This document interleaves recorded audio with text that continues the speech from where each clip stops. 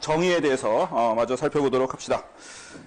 자, 우리 지난 시간에 국내 총생산 GDP에 대해서 살펴봤는데 거기에 조금 남은 얘기들 마저 하고 그 다음에 중요한 변수들이 물가지수 그리고 실업률 뭐 이런 것들에 대해서 보도록 합시다.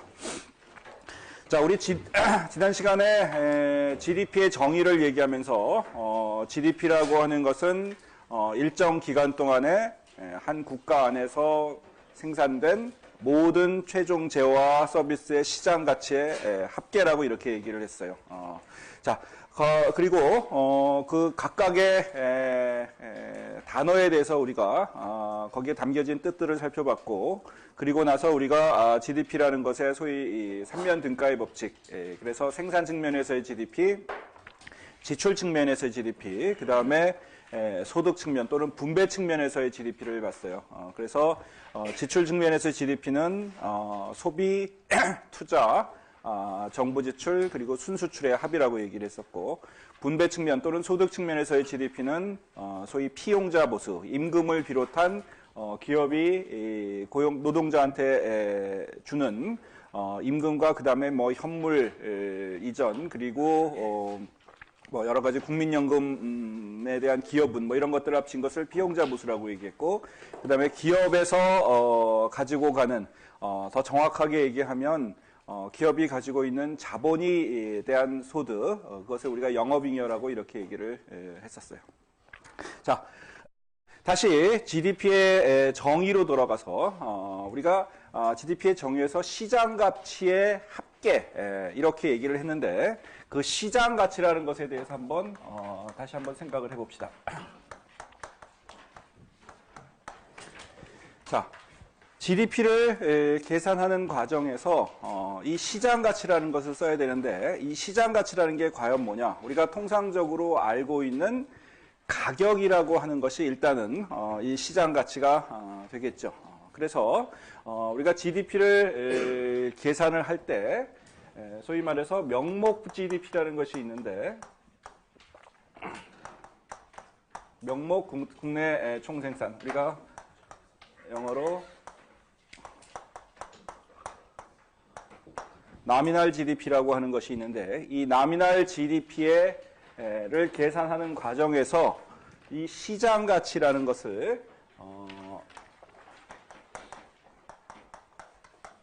현재의 시장 가격을 사용했을 경우를 우리가 나미널 GDP라고 이렇게 이름을 붙여서 부르고 있어요.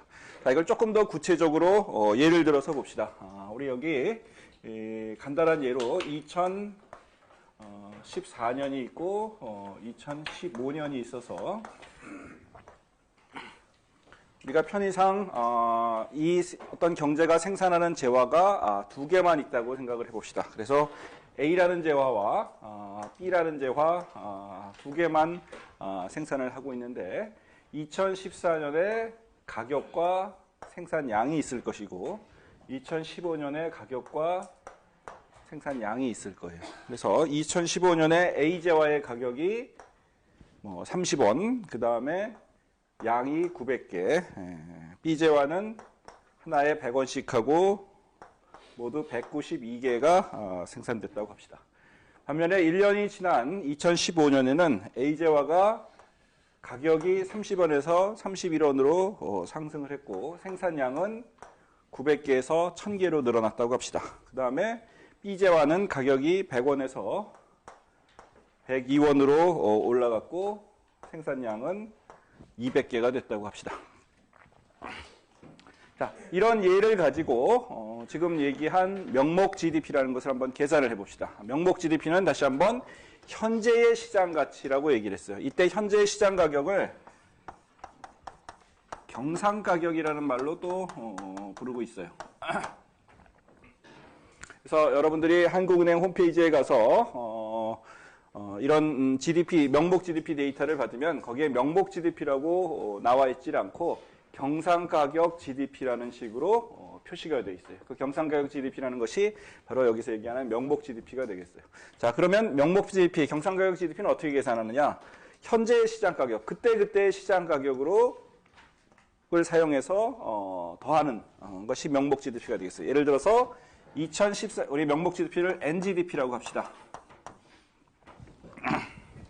나미널 GDP, NGDP 2014년은 어떻게 계산되느냐?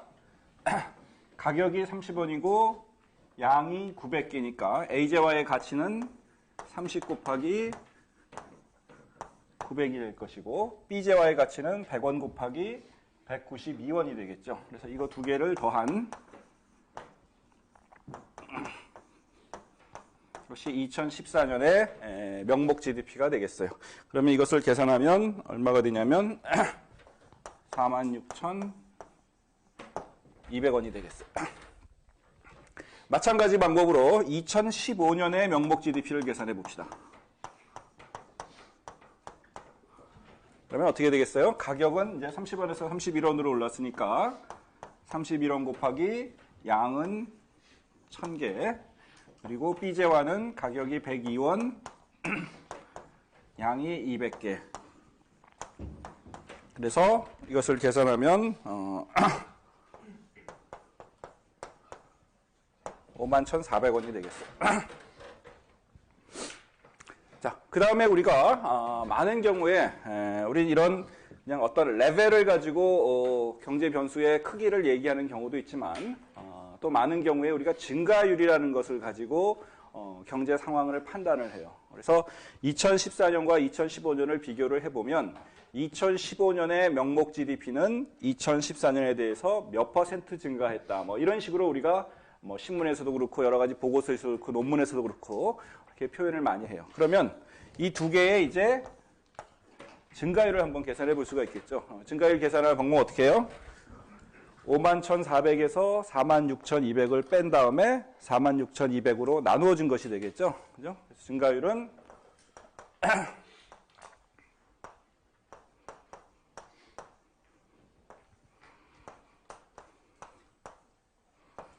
이런 식으로 증가율을 계산하면 이 값이 11.26% 정도가 돼요. 대략. 여기다 곱하기 100을 해야 되지만. 자, 그러면 우리가 여기서부터 뭘 해야 알 수 있냐? 명목 GDP는 2015년에 그 전해에 비해서 약 11.26% 증가했다. 이렇게 우리가 표현을 해요. 자, 그러면 여기서 우리가 보통 신문이나 이런 데서 보는 숫자보다는 굉장히 큰 숫자죠. 1인 GDP가 1년 동안에 거의 10% 넘게 증가를 했으니까. 자, 그런데 이렇게 GDP의 증가율을 우리가 더 많이 쓰는 용어로는 GDP의 증가율을 우리가 경제 성장률이라는 말로 표현을 해요. 그죠? 그럼 경제 성장률이 2014년에 비해서 2015년에 11.26%나 증가했다. 그런데 여기 한 가지 문제가 있어요. 이렇게 증가율을 계산했을 때 한 가지 문제가 있어요. 어떤 문제가 있어요? 우리가 보통의 경우에 GDP의 증가율 또는 경제 성장률이라고 얘기했을 때는 어떤 그 나라 경제가 생산하는 재화와 서비스의 어떤 양이 증가한 것을 우리가 주로 관심이 있지, 가격이 증가해서 GDP가 증가한 것은 사실은 좀 미슬리딩할 문제가 있을 수 있어요. 그죠? 예를 들어서 여기서 2015년에 양이 Q가 2014년하고 똑같다고 합시다. 이게 1000개, 200개가 아니라 900개, 192개라고 합시다. 그런 경우에도 나미널 GDP는 증가를 해요. 왜? 가격이 증가를 했으니까. 심지어는 이 퀀터티가 양이 줄어들었더라도 가격이 많이 증가했으면 나미널 GDP는 증가할 수가 있어요. 그런 경우에는 우리가 경제 성장률이 작년보다 높아졌네 라고 하지만 실제로 양은 줄어들고 가격만 오른 것이기 때문에 뭔가 우리가 경제 상황을 판단하는데 좀 문제가 있을 수가 있어요. 따라서 명목 GDP의 증가율을 가지고 현재 경제 상황을 판단한다든지 할 때는 좀 문제가 있을 수 있기 때문에 여기서 가격 증가하는 부분을 빼놓고 양이 증가하는 부분만 뽑아가지고 우리가 경제가 현재 어떻다 하는 것을 알고 싶어요. 그러기 위해서 만들어낸 개념이 나미널 GDP가 아니라 이번에는 리얼 GDP라는 개념을 쓰고 있어요. 우리가 그것을 실질 GDP, 실질 국내 총생산 또는 리얼 GDP라는 개념으로 부르고 있어요. 그러면 이 실질 GDP 또는 리얼 GDP의 그걸 계산할 때 기준이 되는 시장 가치라는 건 뭐냐? 뭐 어차피 GDP이기 때문에 시장 가치의 합계인데 이것을 그때 가격을 이렇게 쓰면은 GDP를 계산할 때 가격 변화분도 포함이 되기 때문에 이런 가격 변화분을 제거하고 순수하게 양의 변화만을 찾아내기 위해서는 가격이라는 것을 고정시킬 필요가 있어요. 예를 들어서 그 가격을 2014년의 가격으로 우리가 고정시켰다고 합시다. 그러면 2014년에 리얼 GDP는 어떻게 계산되느냐? RGDP라고 합시다. 리얼 GDP를. 이놈은 어쨌든 GDP이기 때문에 시장 가치 합계라 해야 돼요. 근데 그 시장 가치를 이번에는 그때의 가격, 경상가격을 쓰지 않고 기준 연도의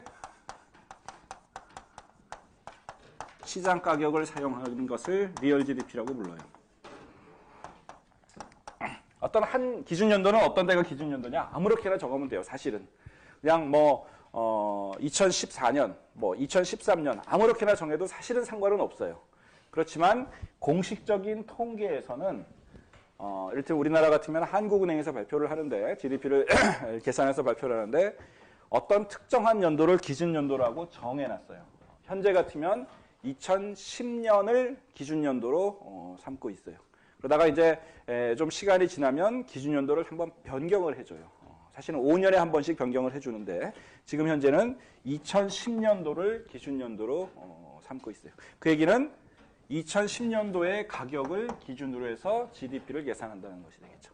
우리 이 예에서는 2014년이 기준 연도라고 합시다. 그러면 2014년의 리얼 GDP는 어떻게 계산되겠어요? 기준 연도의 가격 곱하기 양 이런 것을 더한 것이 되겠죠. 우리가 여기 명목 GDP를 경상가격 GDP라고 부른다고 얘기를 했는데 실질 GDP는 우리가 뭐라고 부르냐면 불변가격 GDP라고 불러요.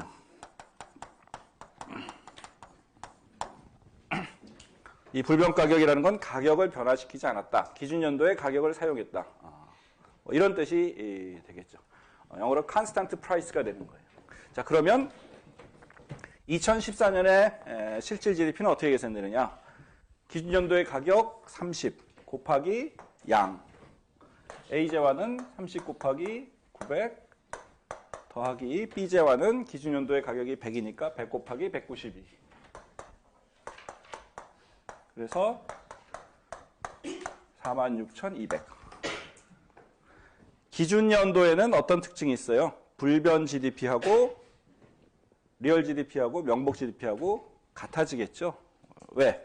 명목 GDP는 그때 그 해의 가격을 쓰는 건데 실질 GDP를 계산할 때도 기준 연도의 가격은 기준 연도에 있어서는 그 가격이 바로 그 해의 가격이 될 테니까 기준 연도의 가격이 그 해의 가격이 될 테니까 기준 연도에 있어서는 실질 GDP와 명목 GDP가 같아져요. 근데 2015년에 실질 GDP는 이제 좀 달라지겠죠. 2015년에 실질 GDP는 기준 연도의 가격을 쓰니까 30 곱하기 1000이 되겠죠. A재화는 30 곱하기 1000, B재화는 100원 곱하기 200.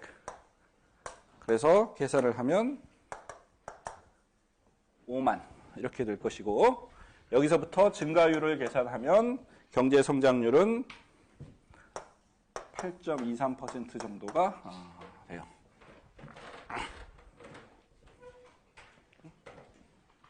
실질 GDP로 계산한 경제 성장률과 명목 GDP로 계산한 경제 성장률은 서로 다를 수밖에 없어요. 왜? 명목 GDP에는 가격 변화분이 포함이 되어 있기 때문에.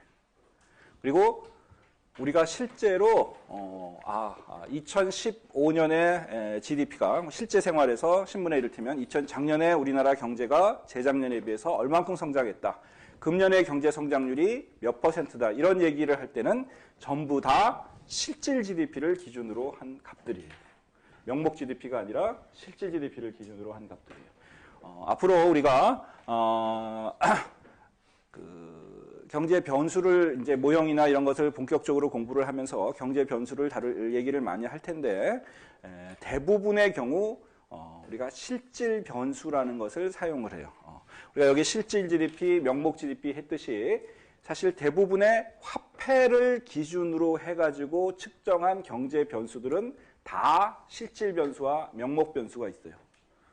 화폐를 기준으로 하지 않은 변수들, 이를테면 뭐 하루에 몇 시간 일을 했느냐, 노동 시간이라는 변수, 이런 거는 화폐로 다 측정한 게 아니기 때문에 그 자체가 그냥 실질 변수나 마찬가지죠. 그렇지만 화폐를 기준으로 한 것, 돈을 기준으로, 단위가 돈인 경우에는 대부분 다 실질 변수와 명목 변수가 존재를 해요.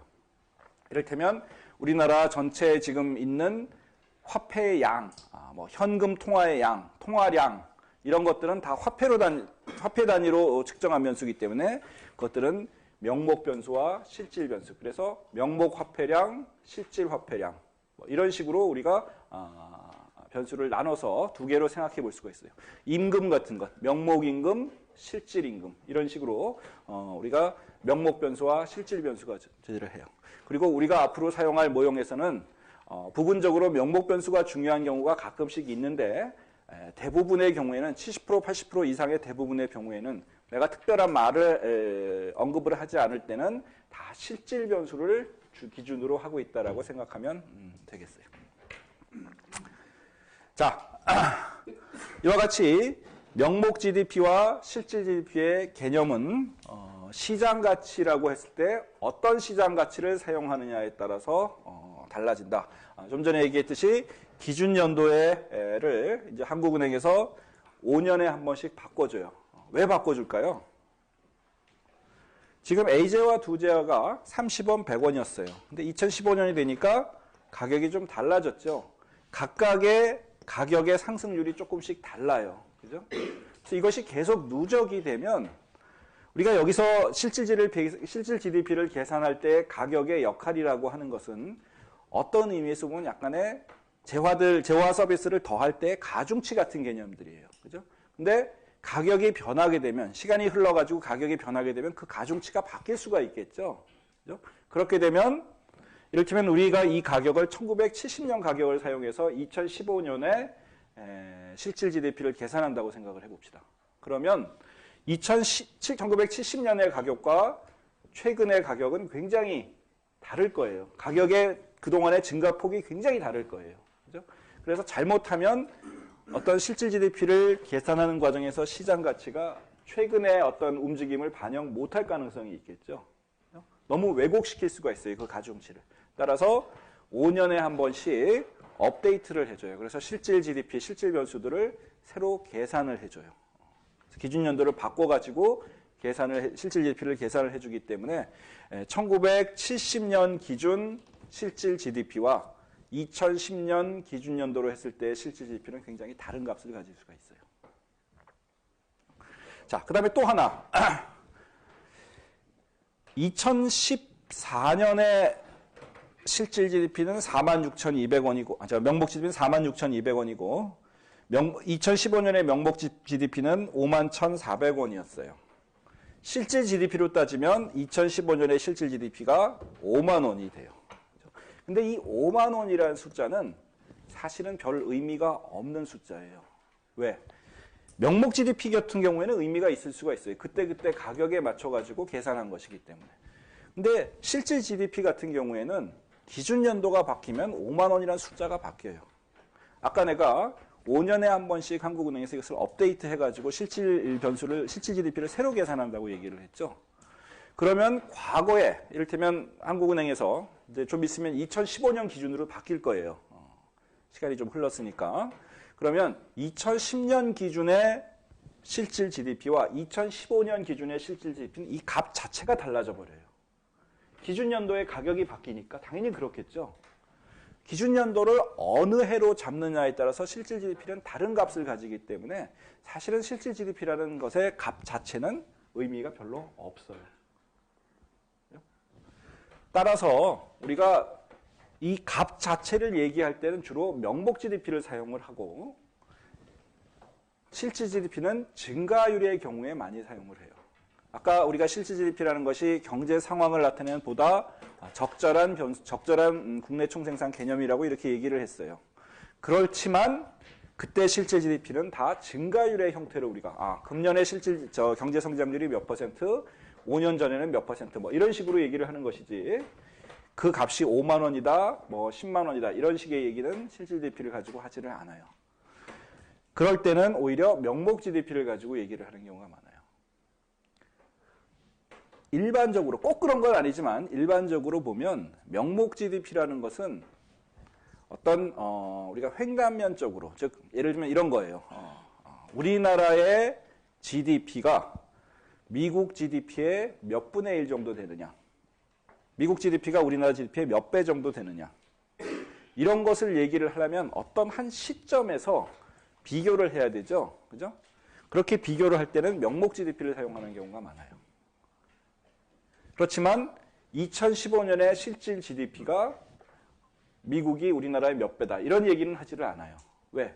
미국과 우리의 기준 연도가 다르고 그렇게 다 그런 것이 다르기 때문에 이것을 딱 비교한다는 것 자체가 큰 의미가 없어요. 따라서 우리나라의 2015년의 성장률이 뭐 3%였는데 미국은 1%였다. 이런 건 의미가 좀 있지만 레벨 자체로 수준 변수 자체로 서로 이렇게 횡단면적으로 비교할 때는 실질 GDP라는 개념은 큰 의미가 없다. 그래서 우리가 경우에 따라서 그때그때 상황에 맞춰서 실질 GDP와 명목 GDP를 알맞은 것을 써야지 이것을 엉뚱하게 사용을 하면 굉장히 왜곡을 시킬 수 있다는 것을 주의를 하기를 바라요.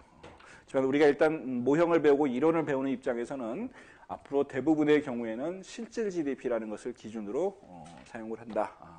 우리가 아무런 특별한 언급이 없을 때는 실질 GDP를 기준으로 한다는 것을 기억을 하기 바라요. 자, 여기 나온 김에 GDP라는 개념에 대해서 이제 다 설명을 했는데 한 가지만 더 언급을 하고 실질 GDP를 마치도록 합시다. 자, GDP라는 개념은 우리가 지금까지 얘기했듯이 어떤 한 나라 경제가 생산한 최종재와 서비스의 시장 가치 합계라고 얘기를 했어요. 그 말은 어떤 의미에서 GDP라고 하는 것은 그 나라 경제의 사이즈를 나타낸다고 볼 수 있어요. 경제의 규모를 나타낸다고 볼 수가 있어요. 좀 전에 예를 들었듯이 미국의 GDP가 우리나라의 GDP의 몇 배가 된다. 그럼 미국 경제의 규모가 우리나라 경제 규모의 몇 배가 된다. 이렇게 우리가 얘기를 할 수 있겠죠. 옛날에 우리가 여러분들이 태어나기 훨씬 전인 1970년만 해도 이를테면 필리핀의 GDP 규모가 우리나라 GDP 규모보다 컸다. 만약 이렇게 얘기를 한다면 필리핀의 그때의 명목 GDP가 우리나라의 명목 GDP보다 컸다는 걸 의미를 해요. 그렇지만 지금에 와서는 우리가 필리핀보다 훨씬 경제 규모가 커졌다. 그렇게 커졌다 했을 때 그 기준이 되는 게 대부분의 경우에 이제 GDP를 기준으로 한다고 볼 수가 있어요. 자, 그럼 한 가지 더 질문.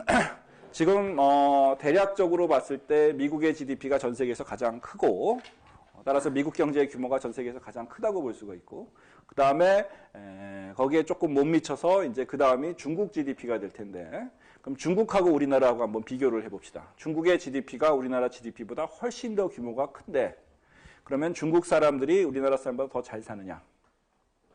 문제를 바꿔서 저기 유럽에 있는 룩셈부르크와 우리나라하고 비교를 하면 우리나라 GDP가 룩셈부르크 규모보다 훨씬 더 커요. 그렇지만 룩셈부르크 사람들이 우리나라 사람보다 더 못 사느냐? 그런 건 아니죠. 경제 규모, 그 나라 전체의 경제 규모를 얘기를 했을 땐 GDP 기준으로 얘기를 하는 경우가 많아요. GDP가 큰 나라가 더 경제 대국이다. 뭐 이렇게 얘기를 많이 하겠죠. 그렇지만 그 나라 사람들의 생활 수준을 나타낼 때는 GDP라는 개념이 그렇게 유용하지 않을 수가 있어요. 왜? 어떤 요인 때문에? 중국이 GDP가 높은 이유는 인구가 많아서 그런 거죠. 그죠? 그래서 인구로 나눈, 소위 말해서 1인당 GDP라는 개념을 가지고 생활 수준을 비교를 하고 있어요. 그러면 우리나라의 1인당 GDP가 중국보다는 훨씬 더 높을 것이고 반대로 룩셈부르크의 1인당 GDP는 우리나라보다 훨씬 더 높을 거예요. 그죠? 그래서 GDP라는 개념을 인구로 나눈 개념이 1인당 GDP인데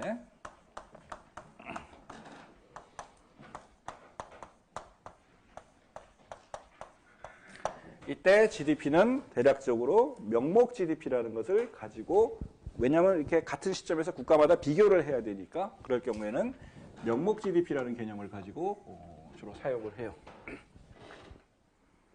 그 다음에 자, 우리나라 GDP라고 하는 것은 단위가 뭐예요? 우리나라 명목 GDP의 단위는 원이죠. 그죠? 우리나라 통화인 원화를 기준으로 GDP를 계산을 해요.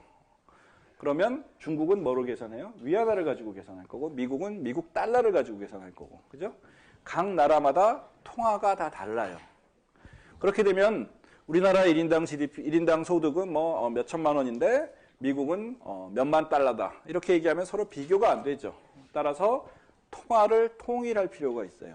그래서 일반적으로 통화를 통일할 때 미국 달러화를 기준으로 통화를 통일하기 때문에 이것을 우리 같으면 환율로 나눠줘서 명목 GDP, 원화로 표시된 명목 GDP를 환율로 나눠주면 달러로 표시된 우리나라의 명목 GDP가 되겠죠. 그죠? 그것을 인구로 나눈 게 1인당 GDP가 돼서 작년 같은 경우에 한 2만 7, 8천 달러가 됐었다. 뭐 이런 식으로 우리가 얘기를 하고 미국은 한 5만 달러가 넘으니까 우리나라가 대충 한 절반쯤 된다. 뭐 이런 식으로 얘기를 하고 또 신문에 나온 거 보니까 작년 우리나라의 GDP가 일본의 한 7, 80% 정도까지 갔었다. 뭐 이런 식의 얘기를 하고 있어요. 자, 그래서 1인당 GDP는 이런 식으로 계산이 되는데 그렇다 그러면 여기서 1인당 GDP에 영향을 주는 요인들이 모두 4가지가 있어요. 회계적으로 보면. 뭐가 있어요? 첫 번째는 인구가 있을 것이고, 두 번째는 환율의 변화가 있을 것이고, 세 번째는 명목 GDP에 영향을 주는 실질 GDP와 가격의 변화가, 양과 가격의 변화가 여기 다 들어있을 것이기 때문에 양의 변화, 가격의 변화, 환율의 변화, 인구의 변화가 1인당 GDP를 결정한다고 볼 수가 있겠죠. 자, 인구는 금년과 내년, 인구가 물론 변하죠. 변하지만 아주 급작스럽게 많이 변하지는 않아요. 조금씩 변하는 거지. 그죠? 그 다음에 경제 성장, 우리 아까 봤던 양의 변화, 실질 GDP의 변화도 올해 우리나라 성장률이 3%가 되느니 마느니 이런 얘기를 많이 하는데 2.7%나 3.0%나 여기에 영향을 주는 거는 굉장히 작아요. 그죠? 1년에 기껏해야 0. 몇 % 왔다 갔다 하는 거예요. 가격의 변화, 요새같이 인플레이션이 특히 낮을 때는 이 가격의 변화도 그렇게 올해와 내년 그 다음 해가 그렇게 많이 변하진 않아요. 그런데 여기서 이 환율이라는 놈은 굉장히 많이 변할 수가 있어요. 매년 보면 변동성이 이 중에서 가장 심한 게 바로 환율이에요. 환율이 올라가면 어떤 일이 벌어져요? 1인당 GDP가 낮아지고 환율이 떨어지면 1인당 GDP가 높아지는 효과가 있어요. 우리나라 지금 달러 환율이 미국 달러화에 대한 환율이 1달러당 지금 1,200원 이 정도 되는데 이것이 무슨 일이 있어서 1,500원이 됐다든지 아니면 반대로 한 1,000원이 됐다 그러면 1인당 GDP가 굉장히 많이 변할 수가 있어요.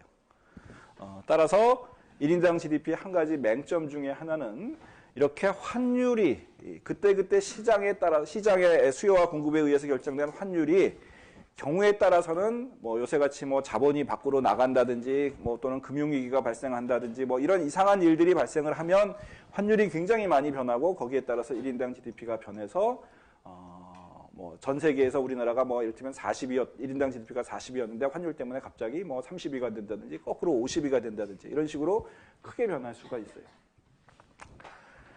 우리나라가 일본 GDP의 7, 80% 이렇게 가까이 갔다고 얘기하는 것도 사실은 환율의 역할이에요. 환율 때문에 우리나라 GDP가 그렇게 일본하고 가까이 간 거지. 사실은 생산량이나 이런 걸로 보면 아직까지는 훨씬 더 못 미치는 그런 수준이라고 볼 수 있고.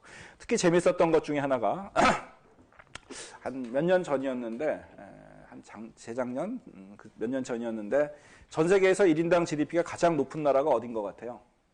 어딜 것 같아요? 1인당 GDP가 가장 높은 나라. 룩셈부르크가 가장 높은 나라 중에 하나였는데 그 해에 어떤 특정한 해에 미국이 한 5만 달러쯤 4만 얼마에서 5만 얼마 이 정도 기준이었는데 그 해에 스위스의 1인당 GDP가 7만 8만 이렇게 됐었어요.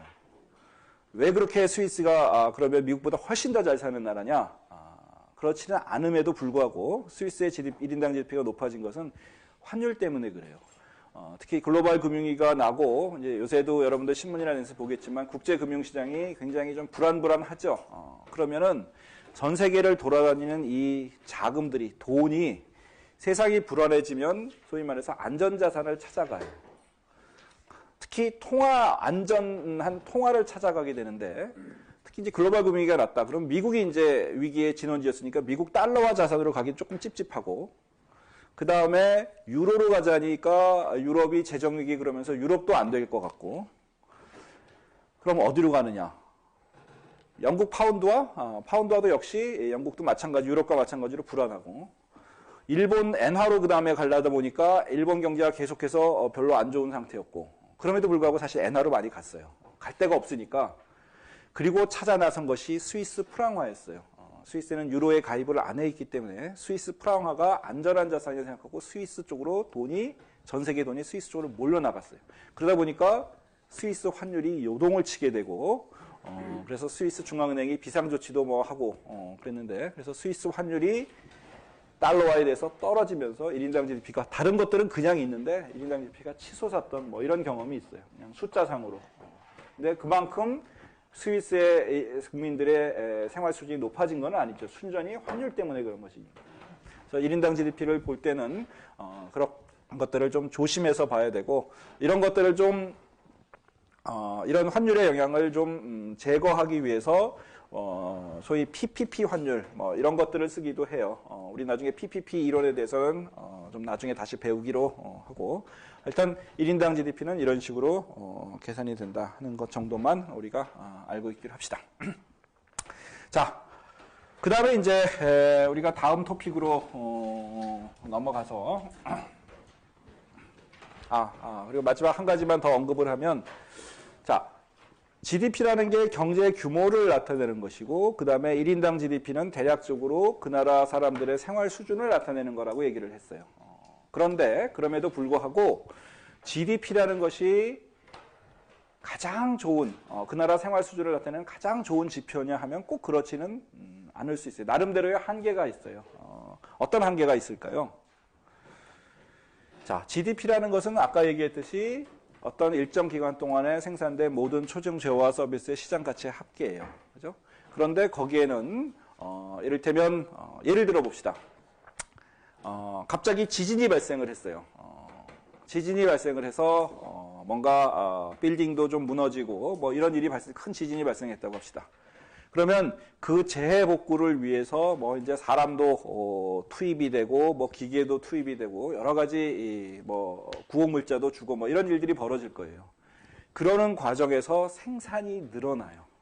그죠? 사람들이 그만큼 재해 복구하는 과정에서 더 투입이 되니까 그 사람들의 임금이 늘어나고 뭐 새로운 구호품 하려면 새로운 물건 만들어야 되고 뭐 기타 등등 해서 지진 같은 것이 발생하면 단기적으로 GDP가 증가하는 현상이 발생을 해요. 그러면 지진 발생하면 1인당 GDP가 늘어나니까 좋은 거냐? 분명히 그게 아니겠죠. 그죠? 경우에 따라서는 GDP가 좀 뭔가 왜곡시키는 이런 문제들이 발생을 해요. 예를 들어서 또 하나 예를 들어 봅시다. 여러분들이 이제 나중에 취직을 하면 회사에 가서 일주일에 5일을 일할 거예요. 그죠?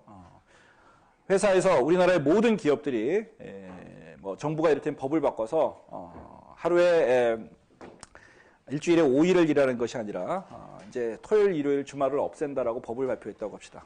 일주일에 7일을 다 일한다고 생각을 해봅시다. 그럼 어떤 일이 벌어질까요? 일주일에 7일을 일하면, 휴일 없이 일을 하면 첫 번째, 나는 굉장히 괴롭겠죠. 나의 행복이 줄어들 거예요. 반면에 GDP는 어떤 일이 벌어져요? GDP는 증가를 할 거예요. 7일을, 그전에는 5일 동안 일해서 생산하던 것이 이제 7일을 일해서 생산을 하니까 더 많이 생산할 수 있을 것이고, 거기에 따라서 GDP는 당연히 증가를 할 텐데, 사람들의 행복도는 떨어질 거예요. 그래서 사람들의 행복도, 만족도 이런 거 하고, GDP하고 반드시 일치하는 건 아니지만, 그럼에도 불구하고, 대략적으로 봐서는 1인당 GDP가 높은 나라가 더 잘 사는 나라고, 더 잘 살면은 대략적으로 보면 더 국민들이 적어도 물질적인 측면에서는 행복하다라고 이렇게 볼 수는 있겠죠. 그죠? 뭐 거기에 정신적인 기타 등등의 여러 가지 요소들이 문제가 있을 수는 있지만, 그럼에도 불구하고 현재 상황에서 1인당 GDP보다 더 나은 어떤 국민들의 물질적 행복 수준을 나타내는 지표는 아직까지는 없는 것 같아요. 그래서 1인당 GDP의 또는 GDP의 한계 같은 것도 우리가 좀 생각을 하고 여러분들이 알아두면 좋을 것 같아요. 자, 그 다음 이제 GDP 얘기를 했으니까 두 번째 물가에 대해서 얘기를 합시다.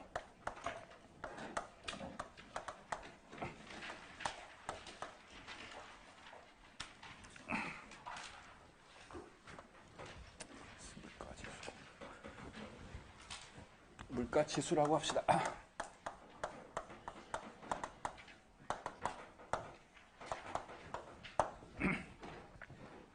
자, 물가 지수가 뭐냐? 여러분들이 미시 시간이나 뭐 그전에 경제학 인문 시간에는 우리가 수요, 공급 이런 거를 그려서 분석을 했었어요. 그때 X축에는 양이 들어가고 Y축에는 가격이라는 게 들어갔었죠. 그죠? 가격이라고 하는 것은 어떤 하나의 재화를 대상으로 한 거였어요. 그죠? 근데 물가 지수라는 것은 어떤 특정한 하나의 재화를 대상으로 한 것이 아니라 한 경제 내에서 거래되는 많은 재화와 서비스의 가격들을 종합적으로 평균한 것이 물가 지수라고 얘기를 할 수가 있겠어요. 자, 그러면 이 물가 지수라는 것은 그 안에 포함되는 재화와 서비스, 우리가 GDP라는 것은 사실은 그 나라 경제 안에서 생산되는 모든이라고 얘기했어요. 합법적으로 거래되는 모든 것을 다 집어넣지만 물가 지수라는 걸 계산할 때는 경우에 따라서는 모든 것의 가격을 다 집어넣지를 못해요. 일부러 안 집어넣는 경우도 있어요. 그래서 특정한 재화와 서비스의 가격들을 분석의 목적에 맞게 뽑아가지고 그것들을 가지고 물가지수를 만들어요. 어떤 재화 서비스를 뽑느냐에 따라서 서로 다른 물가지수가 만들어질 수 있을 것이고, 그래서 물가지수에는 여러 가지가 있는데 그 여러 가지 물가지수의 차이점은, 첫 번째 차이점은 어디서 오냐 하면 그 안에 포함되는 재화 서비스의 종류에 따라서 차이가 날 것이에요. 두 번째는 물가 지수를 계산하는 과정에서 계산 방법에 따라서 지수마다 차이가 날 수가 있어요. 자, 구체적인 예를 들어가면서 보도록 합시다. 첫 번째 가장 대표적인 또 많이 사용되는 물가 지수 중에 하나가 GDP 디플레이터라는 게 있어요.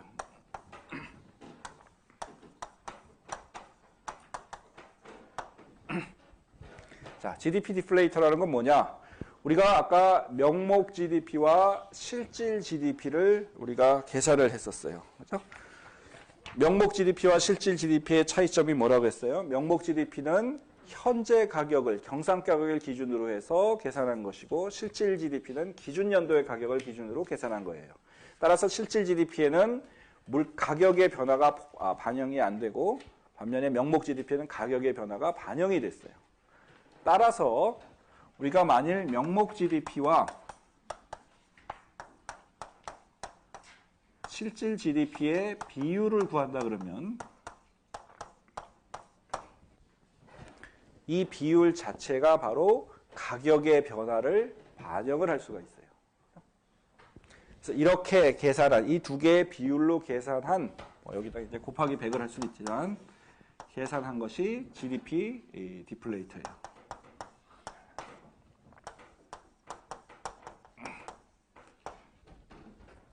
우리 아까 2014년에 명목 GDP, 실질 GDP가 46,200원이라고 했고 2015년에 실질 GDP는 5만 원, 명목 GDP는 51,400원이라고 얘기를 했어요.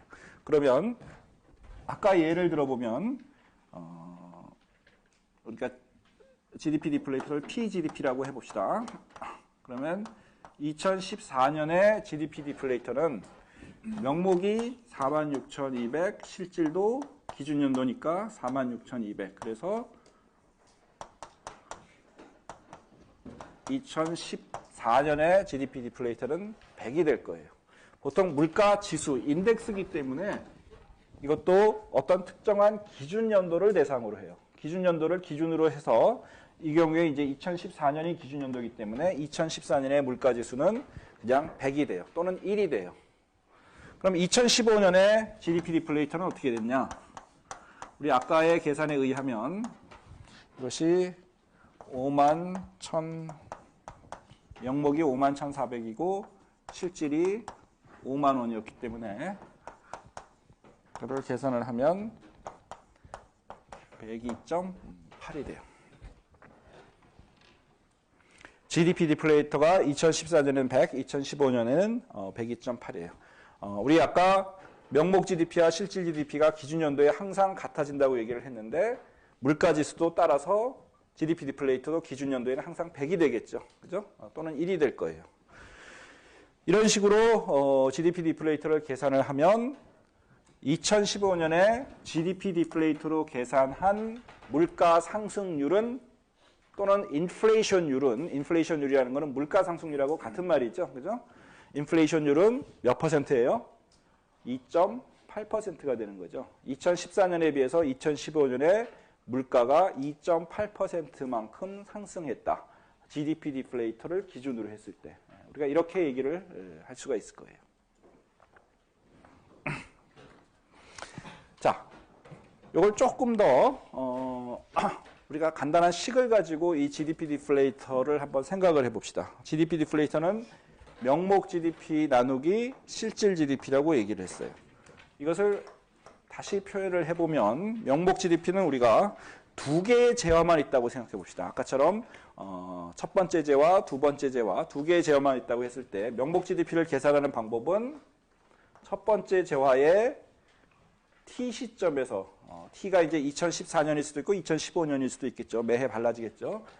첫 번째 재화의 T 시점에 T 연도에서의 가격에다가 첫 번째 재화의 T 시점에서의 양을 곱하고 더하기 두 번째 재화의 T 시점의 가격, 두 번째 재화의 T 시점의 양. 그래서 더한 것이 이 T 시점에서의 명목 GDP가 됐을 거예요. 이것을 T 시점에서의 실질 GDP로 나눈 것이 GDP 디플레이터였죠. 그러면 이거를 이제 식을 조금 바꿔서 분해를 해서 쓰면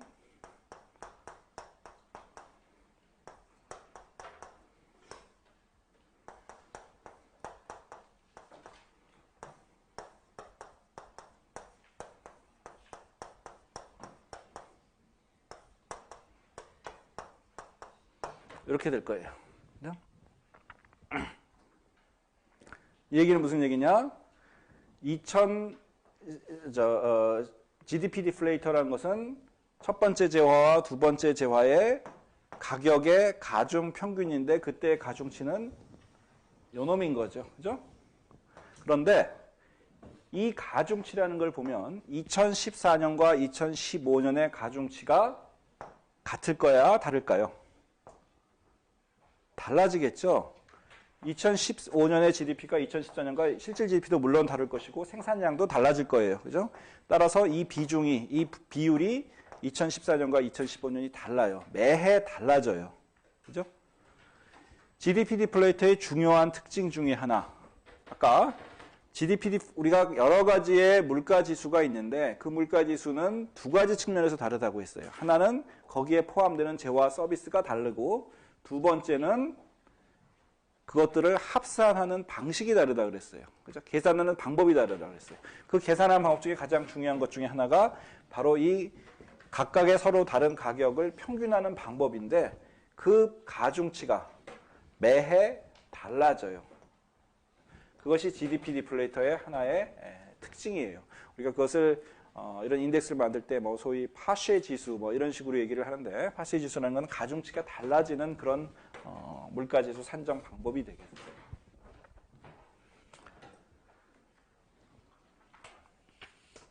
자, 그 다음에 두 번째 이번엔 두 번째 물가 지수에 대해서 봅시다. GDP 디플레이터보다 훨씬 더 중요하고 많이 사용되는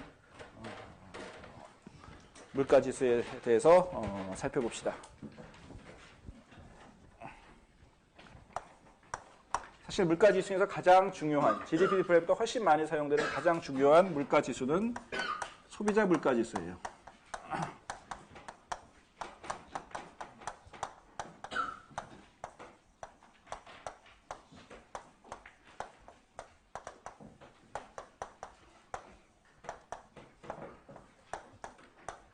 영어로 컨슈머 프라이스 인덱스 그래서 CPI라고 많이 부르는 소비자 물가 지수가 있겠어요. 자, 소비자 물가 지수라는 건 뭐냐? 말 그대로 소비자들의 생활비를 측정하기 위한 용도로 만들어진 물가 지수예요. 다시 말하면 영어로 cost of living, 생활 비용을 측정하기 위해서 만들어진 물가 지수인데 아까 GDP 디플레이터하고 한번 비교를 해봅시다. GDP 디플레이터는 개념 자체가 GDP에서 나온 거예요. 따라서 GDP라는 것은 모든 합법적으로 거래되는 모든 재화 서비스가 다 들어가 있죠. 그죠? 거기 들어가 있는 어떤 재화 서비스 중에는 우리 생활하고는 전혀 직접적인 관계가 없는 재화 서비스도 많이 들어가 있어요.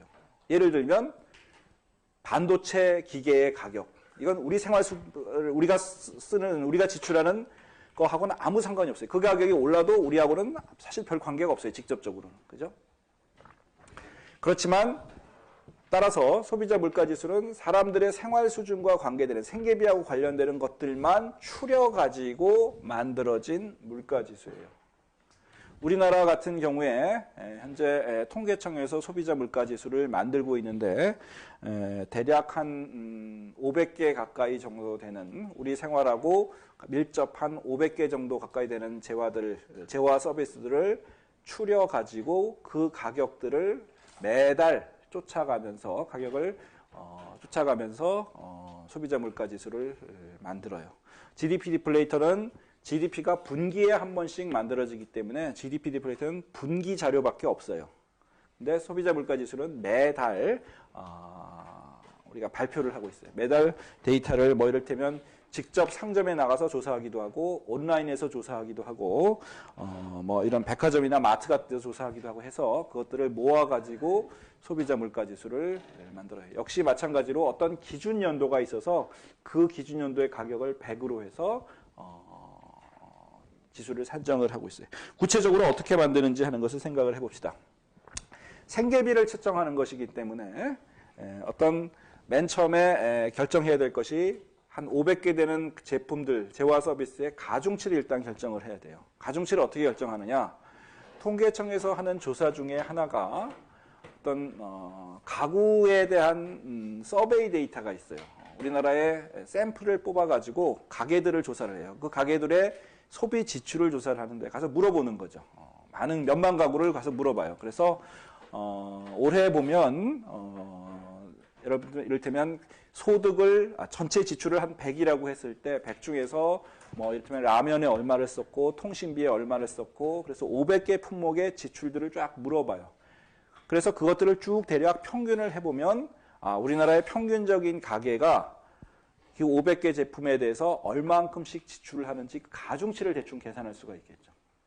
그렇게 가중치를 정하는 거예요. 물론 이것도 아까 GDP처럼 일정 기간 지난 다음에 업데이트를 해요. 매년 바꾸는 건 아니고 5년에 한 번씩 이렇게 새로 조사한 새로운 가중치를 반영을 해서 발표를 하고 있어요. 그래서 첫 번째는 소비자 물가지수를 계산하기 위해서는 첫 번째 우리 같으면 한 500개 가까이 되는 재화 서비스를 정하고 사람들이 많이 쓰는 재화들 그죠? 여러분들이 남들은 하나도 안 쓰는 어떤 이상한 재화를 하나 소비를 했다 해서 그것이 소비자 물가지수에 반영이 되지는 않아요. 일반적인, 더 정확하게 얘기하면 평균적인 도시 가구가 사용하는 재화 서비스를 한 500개를 추린 다음에 그것들의 가중치를 결정을 해요. 그 다음에 그 가중치가 결정이 됐으면 이를테면 이렇게 생각을 해봅시다. 사과가 1년에 예를 들니까 2개, 귤이 1개, 그 다음에 통신비가 얼마, 그 다음에 버스는 몇 번 타고, 이런 식의 지하철값 몇 번 타고, 거기에 이제 내구재, 우리가 얘기한 승용차가 몇 대, 한 대, 한 대까지는 안 되겠죠. 0점 몇 대, 그 다음에 또 뭐가 있을까요? 음식을 사 먹는 거는 외식비가 얼마, 그 중에 짜장면 값 얼마, 이런 식으로 구체적인 아주 재화들을 한 500개를 정한 다음에 그것들을 이제 여러분들이 마트에 가면 어떻게 해요? 쇼핑 카트를 몰고 다니면서 물건을 담죠. 그리고 계산대에 가서 전체 계산을 해요. 전체가 얼마다 하고 계산을 하죠. 그거하고 똑같은 방식이라기보다 그런 개념으로 좀 전에 얘기한 500개 재화를 쫙 모아서 그럼 그 중에는 사과가 2개 들어가 있고 귤이 하나 들어가 있을 거고 버스를 5번 탔다 이런 것들을 모아가지고 전체 지출액이 얼마인지를 계산을 해요. 그 과정을 매달 하는 거예요. 매달 하면 이번 달에는 100만 원이었는데 다음 달이 되니까 104만 원이 됐다. 그러면 이번 달에 비해서 다음 달에 물가가 4% 올라갔다. 이렇게 얘기를 할 수 있겠죠. 그냥 100만 원이었다 그러면 그것을 100만 원을 100이라고 놓고 그 다음에 104만 원이 됐으면 그것이 104가 되는 거죠. 104만 원이라기보다는 그런 식으로 지수화하는 것이 소비자 물가지수를 계산하는 방법이 되겠어요. 자, 지금 내가 설명한 소비자 물가 지수의 계산 방법에서 한 가지 특징이 있었어요. 우리가 아까 처음에 물가 지수라는 것은 두 가지 측면에서 서로 다른 물가 지수들이 계산이 된다 그랬죠. 하나는 포함이 되는 재화와 서비스의 종류에 따라 다르다 그랬어요. 소비자 물가 지수는 말 그대로 평균적인 도시 가게가 지출하는 품목들만 들어가요. 그러다 보니까 아까 얘기한 자본재 가격 이런 것들은 기계값 이런 건 하나도 안 들어가겠죠. 우리가 소비하는 물건이 아니니까. 그죠? 또 하나 특징이 있어요. 우리가 GDP 계산할 때는 어떻게 계산을 했냐면 지출 측면에서 보면 C 더하기 I 더하기 G 더하기 X 빼기 M 그랬죠. 수입이라는 것이 포함이 제거가 됐어요. 마이너스가 됐어요. 왜? 소비, 투자, 정부 지출에 부분적으로는 수입품이 들어가 있을 것이기 때문에 그것을 빼줘서 빼주는 식으로 계산을 해줬어요. 자, 소비자 물가지수 안에 들어가 있는 어떤 우리들이 소비하는 배스킷 안에는 품목들 안에는 국내에서 생산된 것도 있지만 해외에서 생산된 것도 있을 거예요. 그죠? 그럼 해외에서 생산된 것이 소비자 물가지수에 포함이 되느냐? 이를테면 우리가 사용하고 있는 어떤 재화는 다 중국제다. 그러면 메이드 인 차이나 제품은 소비자 물가 지수에 포함이 되겠어요, 안 되겠어요? 포함이 당연히 되겠죠. 그죠? 포함이 되지만 GDP 디플레이터는 포함이 돼야 안 돼요? 포함이 안 되죠. 여기서 두 가지 소비자 물가 지수 CPI와 GDP 디플레이터의 차이점이 나와요. 하나는 CPI에는 자본재가 안 들어가고 GDP 디플레이터는 자본재가 포함이 된다. 두 번째, GDP 디플레이터는 수입품의 가격 변화가 포함이 안 되지만 CPI에는 수입품의 가격도 소비자가 쓰는 제품인 한, 이 바스켓 안에 들어가 있는 한 포함이 된다. 다르죠. 자본재 포함 여부,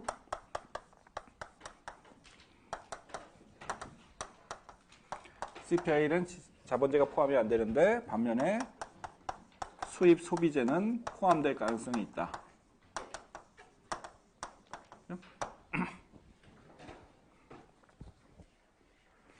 또 한 가지 소비자 물가지수와 CPI의 중요한 차이점이 있어요.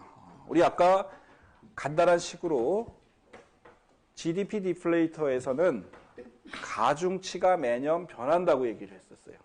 그걸 식으로 그냥 간단하게 봤죠. 소비자 물가지수도 그런 식으로 표시를 해봅시다. 자, T 시점에서 CPI는 아까 마트에서 계산하듯이 우리가 바스킷의 총 지출을 기준 연도와 어떤 특정 연도로 우리가 나눠서 생각했어요. 기준 연도의 지출을 바스킷 전체에, 마트에서 계산한 바스킷 전체의 지출액을 EB라고 합시다. B는 베이스 이어라는 뜻에서 B라고 썼어요. 그 다음에 올해의 어떤 T 시점에서 지출액을 T라고 합시다. 그러면 요 비율이 바로 CPI가 되겠죠. 요 놈은 당연히 이것을 100으로 놨을 테니까, 그리고 올해가 104가 되고 기준연도가 100이었으면 CPI는 1.4가 되겠죠. 그죠? 이런 식으로 우리가 계산이 될 거예요. 그 다음에 이것을 좀 풀어서 보면 두 개의 역시 재화가 있다고 했을 때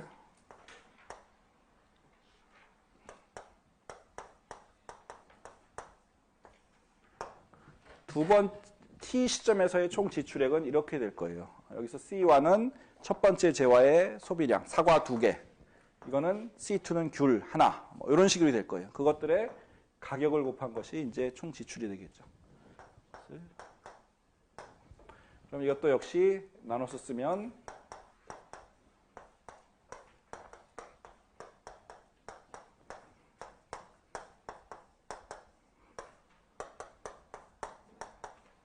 이렇게 될 것이고, 아까 GDP 디플레이터를 썼던 식하고 굉장히 비슷한 식이 만들어졌어요. 근데 차이점은 아까 GDP 디플레이터에서는 여기 들어간 이 가중치가 매년 변했어요.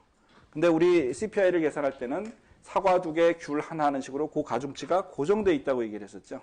따라서 이 가중치가 CPI 계산에 있어서는 변하지를 않아요. 적어도 기준 연도가 바뀌지 않는 일정 기간 동안에는 변하지 않게 돼 있어요.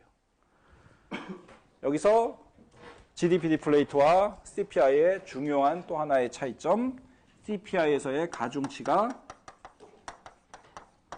GDP 디플레이터와는 달리 고정되어 있다는 것이 되겠어요.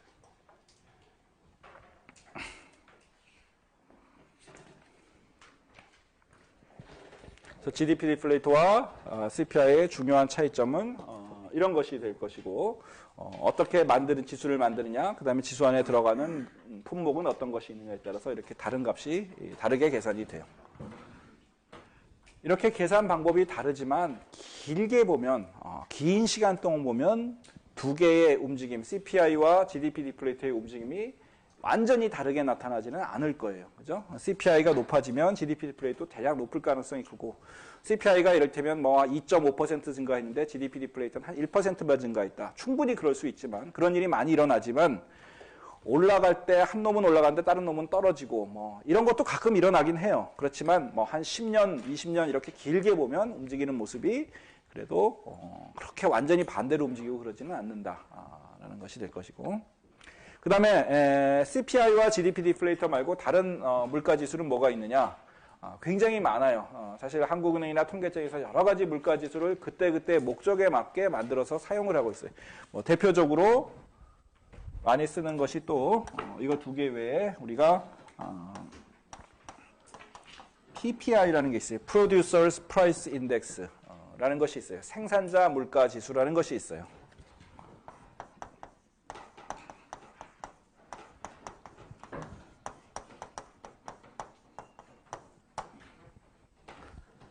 CPI는 최종 소비자의 입장에서 본 것이고, 따라서 뭐 이를테면 예를 들어서 이렇게 생각합시다. 사과를 사는데 우리가 마트에 가서 사과를 샀을 때 가격이 여기 포함되지, 저 가락동의 농수산물 도매시장에서의 거래되는 사과 가격은 CPI는 포함이 안 돼요. 그죠? Producers Price Index는 반대로 마트에서의 사과 가격이 아니라 가락동의 농산물 도매시장에서 거래되는 생산자에 있어서의 가격 동향을 나타내는 그런 지표예요. 따라서 여기에는 뭐 기계 가격 뭐 이런 것들이 주로 많이 들어가겠죠. 그 다음에 뭐 수출 물가 지수. 이건 우리나라의 수출품의 가격을 따라가면서 측정한 변수들. 우리나라의 수출 가격이 너무 높아졌고 요새 수출이 안 되는데 수출 물가 지수를 보니까 물가가 굉장히 올라갔다. 그 얘기는 무슨 얘기예요? 우리나라 수출이 안 되는 이유가 우리나라 수출품의 가격이 많이 올라가서 잘 안 팔려서 그런가 보다. 이런 식의 분석을 해볼 수가 있죠. 반대로 수출 물가는 굉장히 지금 안정이 돼 있고 낮은데 수출이 안 된다. 그러면 이건 가격의 문제가 아니고 다른 데 원인이 있다. 이렇게 우리가 판단할 수 있을 거예요. 그래서 수출 물가 지수라는 것도 만들어서 사용을 하고, 수출 물가 지수가 있으면 당연히 수입 물가 지수 같은 것도 있겠죠. 그죠?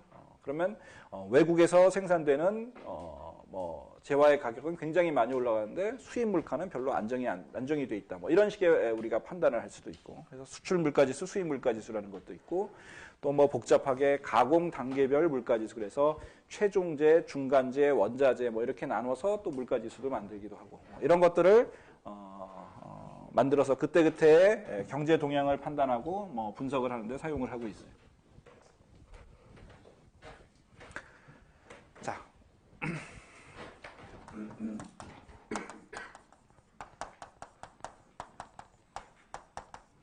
그 다음에 물가지수의 종류와 관련해서 특히 이제 이 소비자 물가지수하고 관련돼서 하나 또 여러분들이 꼭 알아둬야 될 또는 우리가 일상생활에서 많이 접하게 되는 물가가 하나가 있어요. 그게 뭐냐 하면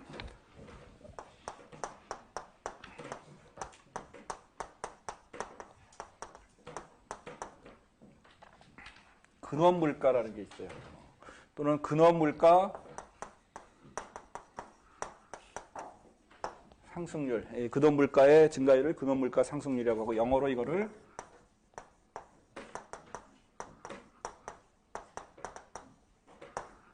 코어 인플레이션이라고 이렇게 불러요. 이게 뭐냐? 자, 우리 소비자 물가 지수 안에 들어가 있는 품목들을 한번 쭉 들여다봅시다. 여러분들 아까 얘기했듯이 사과 값도 있을 거고, 귤 가격도 있을 거고, 또 우리가 가장 중요한 농산물인 쌀의 가격도 들어가 있을 거예요. 그렇죠? 그리고 또 아까 얘기했듯이 여러분들이 입고 있는 옷, 물, 뭐 그 다음에 노트의 가격, 뭐 미장원에 갔을 때 가격, 뭐 이런 것들이 쭉 들어가 있고, 뭐가 있냐 하면은 휘발유 가격, 뭐 이런 것들이 들어가 있을 거예요. 자, 우리 나중에 공부를 하겠지만, 한국은행에서 또 각 나라의 중앙은행에서 우리나라 한국은행에서도 여러분들이 한국은행에 가면 1층 로비에 이제 큰 로비에 들어가면 벽에 커다란 액자가 걸려 있어요. 뭐라고 돼 있냐면 물가 안정 이렇게 쓰여져 있는 액자가 걸려 있어요. 한국은행법 제1조 1항에도 한국은행의 목적은 물가 안정이라고 적혀 있어요. 다른 나라의 많은 나라의 중앙은행 법에 보면 항상 그 중앙은행의 목표가 물가 안정이다. price stability라는 것이 딱 적혀져 있는 경우가 많이 있어요.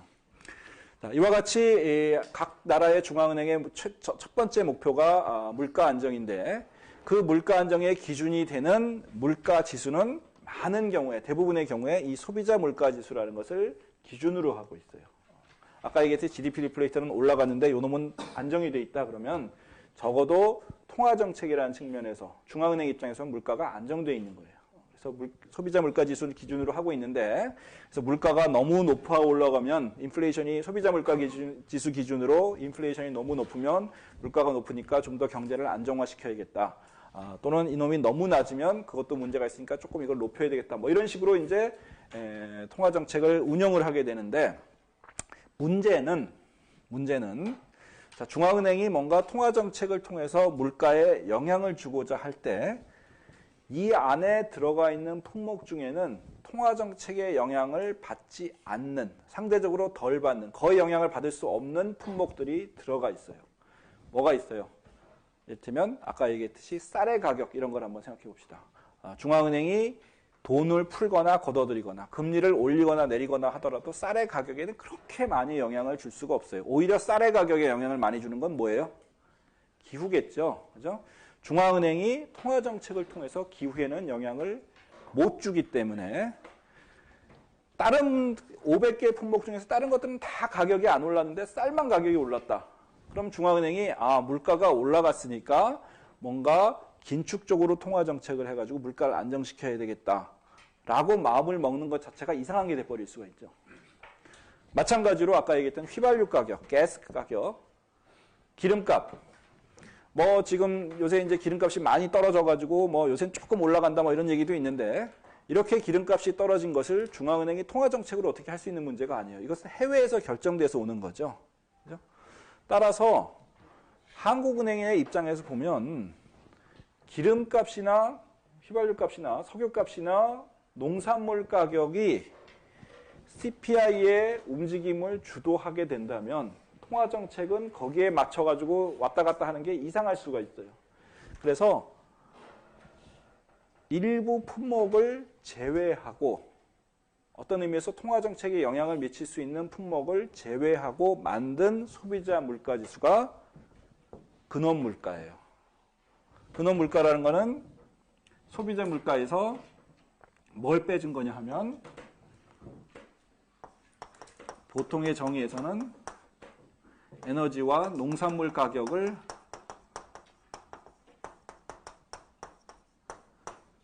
빼주고 계산한 소비자 물가 지수를 근원 물가라고 코어라고 이렇게 얘기를 해요. 그리고 그걸 가지고 계산한 물가 상승률을 코어 인플레이션이라고 이렇게 얘기를 해요. 자, 여러분들한테 하나 그럼 질문. 최근 1, 2년 동안에 소비자 물가 상승률과 코어 인플레이션율을 비교를 해보면 어느 게 더 높았을 것 같아요? 최근 한 1, 2년 동안 보면 어느 증가율이 더 높았을 것 같아요? 소비자 물가 증가율이 더 낮았겠죠. 여기에는 석유값이 들어가 있을 것이고 유가가 들어가 있을 거고 여기는 유가가 안 들어가 있을 것이기 때문에 이쪽의 증가율이 이거보다 더 높았을 거예요. 이거는 굉장히 낮아서 1% 이하로 떨어져 있지만 이거는 그래도 왜냐하면 기름값 이런 걸 뺐으니까 휘발유값 이런 걸 뺐으니까 그것이 마이너스 몇십 %가 됐는데 그런 놈을 빼니까 이놈은 한 2% 뭐 이렇게 정도 가고 있었어요. 그래서 요새 같은 경우에는 코어 인플레이션 값이 더 높은 게 될 것이고 코어 인플레이션이 또 관심을 중요한 이유 중에 하나는 우리 나중에 또 통화정책 공부할 때 한 번 더 얘기를 할 수 있겠지만 또는 다른 과목에서 얘기할 수 있겠지만 석유류 값이나 농산물 값이나 이런 것들은 굉장히 왔다 갔다를 많이 해요. 올라갔다 떨어졌다 올라갔다를 많이 하는데 그 기간이 길지는 않아요. 굉장히 단기에 그쳐요. 요새같이 뭐 국제 유가가 하락을 해가지고 이런 게 몇 년, 한 2, 3년 이렇게 계속 가는 경우도 있지만 보통의 경우에는 뭐 한 1년 정도 지나면 다시 원위치가 된다든지 특히 우리 아까 농산물 가격 같으면 갑자기 뭐 태풍이 왔다든지 흉년이 왔다 치더라도 다음 해가 되면 또 회복이 되고 이러기 때문에 이런 것들의 가격은 길어야 뭐 1년 안에 다 해결이 돼요. 올라갔다 치더라도 1년 안에 안정이 되고 떨어졌다 그래도 1년 뒤에는 다시 올라가고 뭐 이런 것들이 이런 성격이 있어요. 따라서 근원 물가를 보면 근원 물가가 어떤 의미에서는 이 경제 내의 물가 상승 압력을 보다 더 잘 반영하는 물가라고 볼 수가 있어요. 석유류와 특히 이제 에너지와 농산물을 제외한 것이 사실은 경제 내 잠재적인 물가 상승 압력을 더 잘 반영하고 있다라고 볼 수가 있어요. 그런 의미에서 코어라고 부르는 거예요. 그래서 공식적으로 근원 물가라는 것이 뭐 계산이 된다기보다는 한국은행에서 이런 걸 가지고 이제 요것들을 그런 부분들을 뺀 다음에 새로 계산을 해서 발표를 하고 있지만 여러분들이 한국은행 홈페이지에 가면 근원 물가 이런 것도 다 나와요. 그렇지만 통계청에서부터 발표하고 있는 데이터는 아니에요. 통화정책의 입장에서 좀 더 통화정책을 잘 하기 위해서 참고로 계산하는 그런 물가지수라고 볼 수가 있겠어요. 자, 그 다음에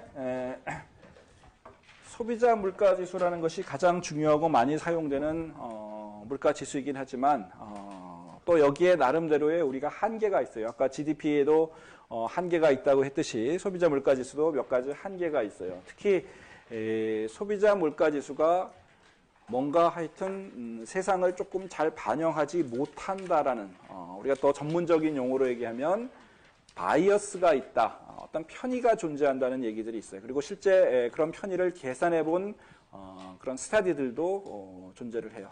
자, 어떤 편의가 있을까? 일반적으로 소비자 물가지수가 실제 상황을 조금 과대평가한다. 소비자 물가지수가 3% 상승했다 그러면 실제보다는 조금 더 많이 상승한 것처럼 그렇게 지수에는 나타난다는 얘기들이 있어요. 왜 그러냐 하는 것을 한번 생각해 봅시다. 첫 번째로는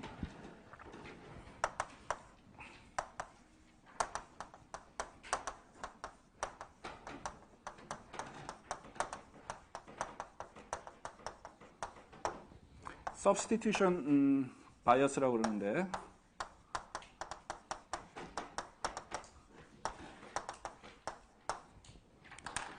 기본적으로 지금 예부터 얘기하는 이런 편의는 소비자 물가 지수 안에 들어가는 품목들의 가중치가 고정되어 있기 때문에 그래요.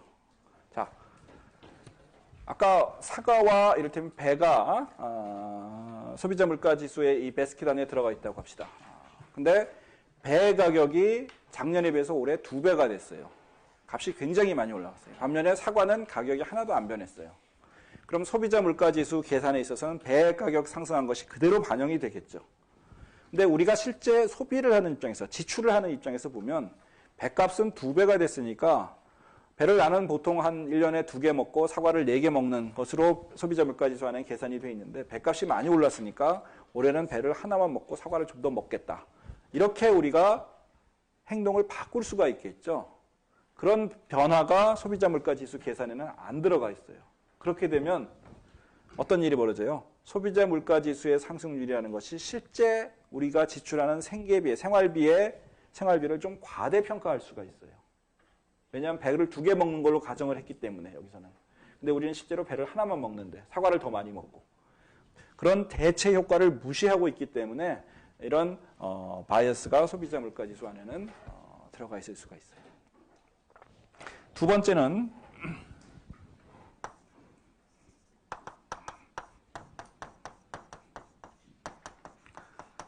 소비자 물가 지수 안에 들어가 있는 품목들이 고정이 되어 있기 때문에 새로 시장에 나온 신상품이 반영이 될 수가 없어요. 그렇죠? 예를 들어서 어떤 신상품이 새로 나와서 사람들이 많이 사용을 하는데 그리고 그 가격이 뭐 그렇게 비싸지 않다라고 하면 실제 소비자 물가 지수 안에 있는 어떤 물품을 이 새로운 상품이 대체를 해줘야 되는데 이 가중치가 변하지 않는 5년의 이를테면 기간 중에는 그것이 반영이 될 수가 없겠죠. 따라서 이 신상품의 등장으로 인해서 실제로는 사람들의 행동이 변했는데 소비자 물가지수는 반영이 안 되기 때문에 역시 거기서도 일종의 바이어스가 발생을 할 수가 있겠어요. 세 번째는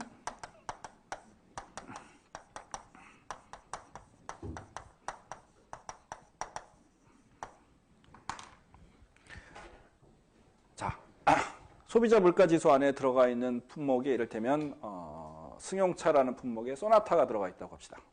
소나타가 들어가 있는데 5년 전에 만들어진 소나타와 올해 만들어진 소나타가 사실은 같은 소나타지만 다른 차죠.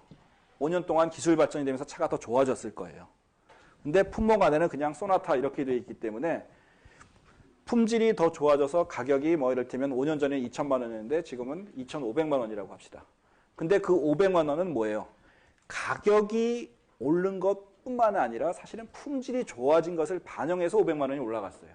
그럼에도 불구하고 소비자 물가 지수는 품질 변화를 전혀 카운트하지 못하기 때문에 순전히 가격 변화만을 쫓아가고 있기 때문에 그런 면에서 약간의 바이어스가 있을 수가 있는, 실제로는 품질 변화를 반영을 못하기 때문에 생활비가 올라간 것을 과대평가할 수 있는 가능성이 소비자 물가 지수 안에 있어요. 그래서 이런 여러 가지 요인들, 어떻게 해결될 수 있는 문제는 아니지만 이런 것들이 미국 같은 경우에 보면 0몇 %에서 한 1% 가까이가 이런 바이어스가 있는 것 같다라는 스터디들이 있어요. 자, 마지막으로 한 가지만 더 얘기를 하면, 자, 소비자 물가지수 요새 같은 경우에 이제 물가가 굉장히 낮다 이렇게 얘기를 하는데 사람들이 느끼는 물가는 그렇지 않을 수가 있어요. 여러분들 부모님이라 해도 보면 물가 상승률은 뭐 1%밖에 안 된다 그러는데 생활비는 굉장히 돈이 많이 들어가네. 뭐 이렇게 말씀을 하실 수가 있겠죠. 그죠? 그럼 왜 이렇게 실제 우리가 느끼는 체감 물가하고 공식적인 통계하고 다를 것이냐. 신문 같은 데서 그런 거에 대한 굉장히 비판 뭐 이런 얘기들도 많이 나오긴 하는데 왜 그럴까요? 첫 번째, 소비자 물가 지수라는 것은 아까 처음 얘기했듯이 우리나라에 살고 있는 평균적인 도시 가구를 대상으로 한 거예요. 근데 사람마다 굉장히 달라요. 가구마다 소비 패턴이나 소비하는 품목이나 이런 것이 굉장히 다를 수가 있어요. 대표적으로 이를테면 노인들을 봅시다. 노인들을 보면 여러분들이 100만 원을 여러분들이 지출하는 것과 노인들 100만 원을 지출하는 품목들은 굉장히 다를 거예요. 노인들은 어떤 데 많이 지출을 많이 해요? 뭐 약값이라든지 이런 데 지출을 많이 하겠죠. 약값이 많이 상승하면 노인들은 소비자 물가가 굉장히 많이 올랐다고 생각을 해요. 여러분들은 뭐 이를테면 고혈압, 약 뭐 이런 거 가격 올라봤자 여러분들은 아무런 느낌이 없을 거예요. 물가가 올랐다고 전혀 생각을 안 해요. 이렇게 사람마다 지출하는 품목들이 다르기 때문에 실제 느끼는 체감 물가하고 소비자 물가하고는 괴리가 좀 있어요. 여러분들 부모님 같으면 야채값, 무슨 고기값, 주로 생활에 쓰는 그런 품목들이 더 민감하실 거예요. 어머니들 같은 경우에. 여러분들은 우리 학교의 식당에서 점심값, 뭐 이를테면 뭐 커피값 이런 거에 더 민감할 것이고. 그래서 이런 것들 때문에 어떤 사람들은 체감 물가가 소비자 물가하고 굉장히 다르다 이렇게 생각을 할 수 있는 경우가 많이 있어요. 그래서 뭐 한국이나 이런 데서 소위 주부들이나 뭐 이런 사람들이 많이 지출하는 생활 물가 지수 뭐 이런 것들을 뽑아가지고 새로 물가 지수를 만들어서 발표하기도 해요. 소비자 물가 지수. 그렇지만 그럼에도 불구하고 아주 공식적인 물가 지수는 소비자 물가 지수다. 왜 이게 공식적이란 말은 무슨 말이냐? 이를테면 무슨 연금이라든지 여러분들 나중에 이제 국민연금을 받을 텐데 취직해서 하면 또는 공무원연금이라든지 또는 뭐 다른 여러 가지 그런 사회 보장이라든지 뭐 보장 지출이라든지 이런 것들이 이를테면 우리나라에서 연금을 또는 뭐 노인들에 대한 복지 지출을 한 사람당 100만 원씩 한다. 그럼 한 달에 한 사람 100만 원씩 하면 10년 뒤에는 계속 100만 원이면 물가가 계속 올라가는데 실제로 받는 소득이 떨어지는 거죠. 그래서 그런 것들을 많은 경우에 소비자 물가 지수에 연동을 시켜놨어요. 소비자 물가 지수가 5% 늘어나면 연금 지출액도, 연금 지급액도 5% 올라가고 뭐 이런 식으로 연동을 시켜놨기 때문에 그런 의미에서도 소비자 물가 지수가 가장 중요한 물가 지수라고 볼 수가 있어요. 자, 오늘 여기까지 합시다.